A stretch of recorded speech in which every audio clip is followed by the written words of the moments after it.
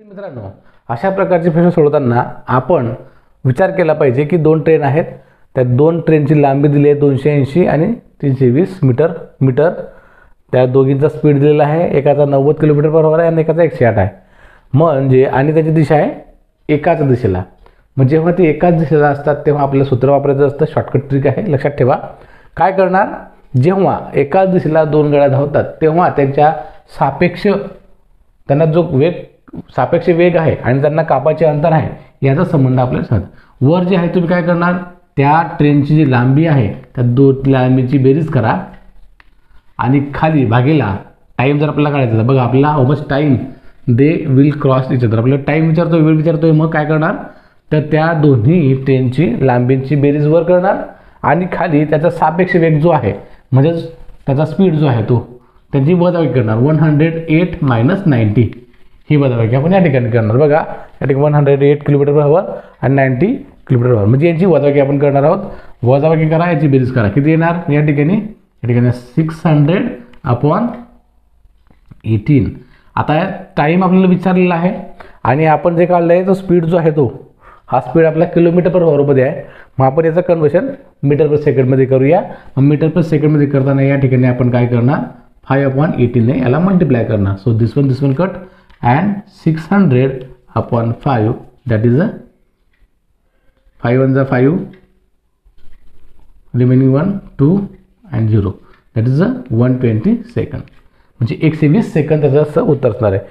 विद्यार्थी मित्रांनो, या ठिकाणी सूत्र फार महत्त्वाचं आहे. टाईमचं सूत्र काढताना याची सेम डिरेक्शन असेल तर सापेक्ष वेग आहे सेम असणार आहे वरचं, पण खालचं जे आहे या ठिकाणी स्पीड असतो, या ठिकाणी छेदस्थानी काय असतो स्पीड यांची वजाबाकी असते. स्पीडची वजाबाकी म्हणजे वेगाची आपण वजाबाकी केलेली आहे.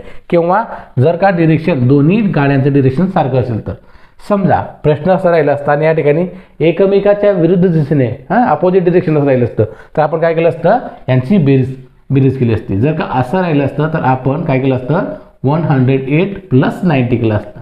वरची व्हॅल्यू सेम तशीच असणार आहे, सेम फॉर्म्युला असणार आहे, फक्त डिरेक्शन जर का बदलली तर आपण या ठिकाणी प्लस करणार आणि एकाच बाजूला असेल तर मायनस करणार.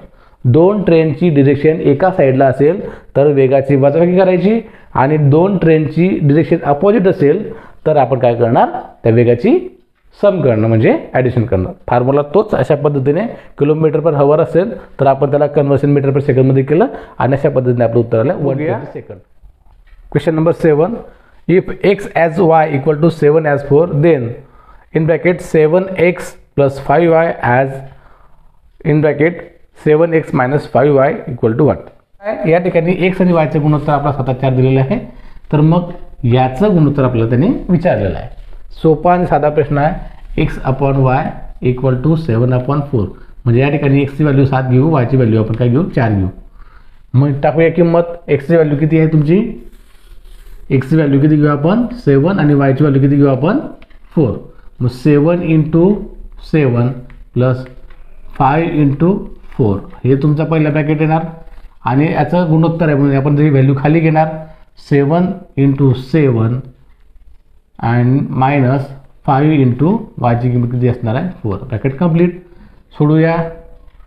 7 × 7 7 7 जा 49 + 20/7 7 जा 49 - 20. मग आता याची बेरीज करा, किती येणार सम किती येणार याची 9 and 6 म्हणजे 69 याची subtraction 9 and 2 29. So answer is 69 as 29. Option number 3 is a right. बघूया.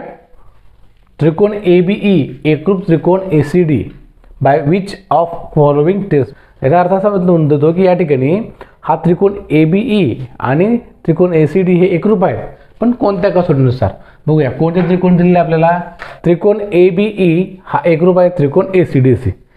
म्हणजे बघा ACD हा त्रिकोणाशी हा AB त्रिकोण एकरूप आहे म्हणजे triangle ABE congruent triangle ACD. आता ट्रायंगल ABE कोणता तर A हा B आणि हा E हा ट्रायंगल असणार आहे. कोणाशी एकरूप आहे तो तर ट्रायंगल ACD. आता ट्रायंगल ACD बघा कोणता असणार आहे बघा, हा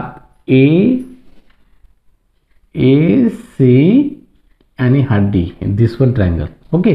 आता दोन त्रिकोण तुम्हाला दिसत आहेत. हा जो ए अँगल आहे, हा जो ए अँगल आहे, जर पाहिला आपण तर या ठिकाणी त्रिकोण ए बी ईचा हा तुम्हाला कॉमन दिसतोय अँगल. तसंच आता त्रिकोण ए सी डीमध्ये म्हणजे ए सी डीमध्ये सुद्धा हा काय आहे तुमचा कॉमन ट्रायंगल आहे. म्हणजे कोण अँगल तुमचा कॉमन आला. हां, angle A equal to angle A या त्रिकोणातला. बरोबर. आता दुसरी बाजू बघूया. या ठिकाणी तो सांगतोय आपल्याला ही बाजू आणि ही बाजू एकरूप आहे. म्हणजे काय बघा, ए बी ह्या त्रिकोणातली, ए बी ई या त्रिकोणातली बाजू कोणती म्हणजे length A B equal length कोणती म्हणते तो ए बी सी कोणती एकरूप आहे ए सी, या त्रिकोणातली ए सी. बघा या ठिकाणची जी ए बी आहे त्या ठिकाणी ए सी ही तुमची बाजू एकरूप आहे. दोन घटक झाले. आता तिसरा घटक बघा कोणता असणार आहे. लक्षात घ्या, ही बाजू एकरूप आहे. मग या एकरूप बाजू समोरील त्रिकोण कोणत्या कशामध्ये ट्रायंगल ए बी ईमध्ये, या ए बी ईमध्ये ही बाजू जर का एकरूप आहे आणि ट्रायंगल ए सी डीमध्ये ही बाजू एकरूप आहे, म्हणून या बाजू समोरचा जो कोण आहे तो काय आहे कोण ई, हा काय असणार आहे एकरूप असणार आहे.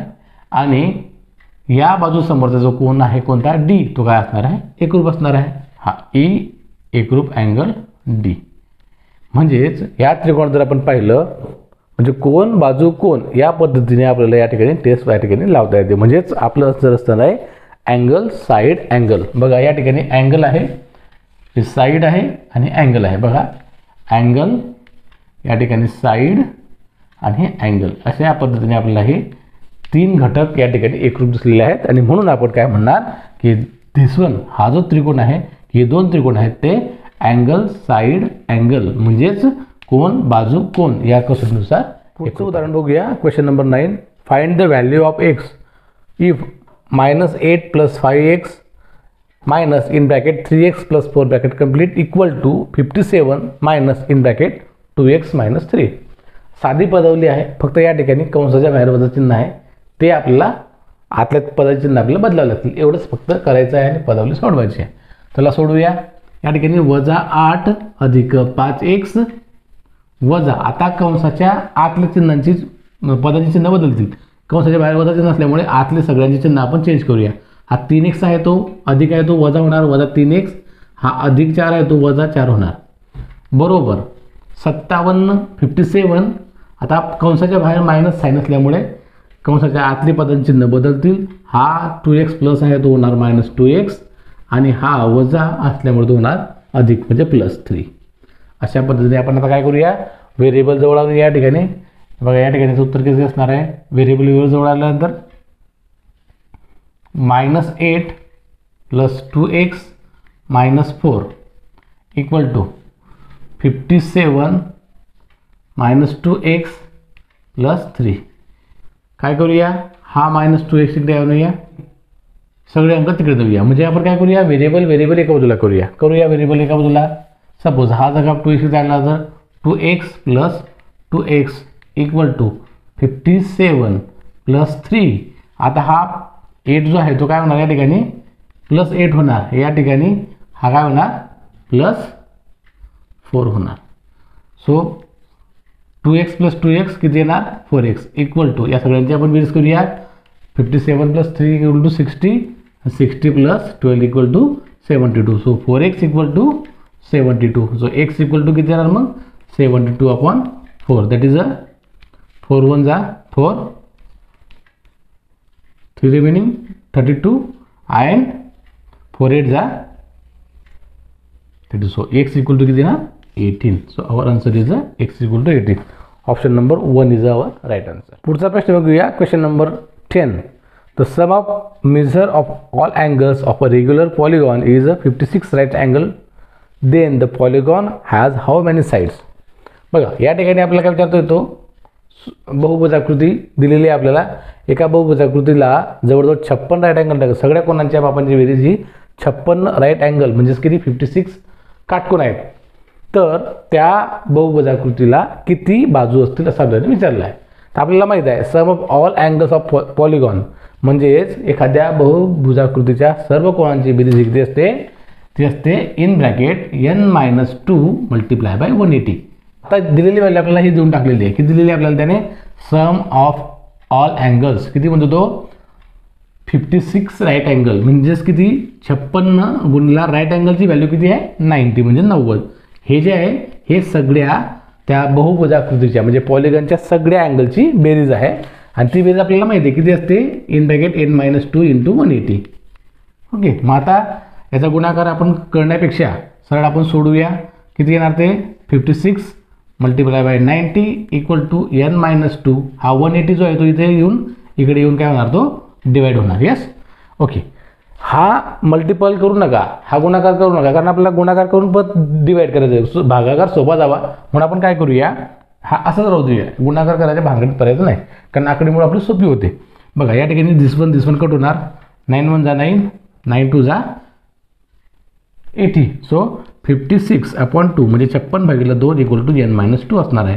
सो याचं उत्तर किती येणार? 28 इक्वल टू n-2. मग आपल्याला व्हॅल्यू कसली पाहिजे आहे? एनची म्हणजे साईडची.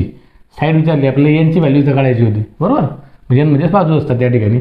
मग 28 हा इकडे त्यांना प्लस होणार, 2 इक्वल टू n असणार. So 30 equal to n. म्हणजेच त्या पॉलिगॉनला साईड किती असतील? मित्रांनो, अशा प्रकारे आपण पहिली 10 उदाहरणे या ठिकाणी अभ्यासली आहेत. पुढील उदाहरणासाठी आपण भेटूया पुढच्या व्हिडिओमध्ये.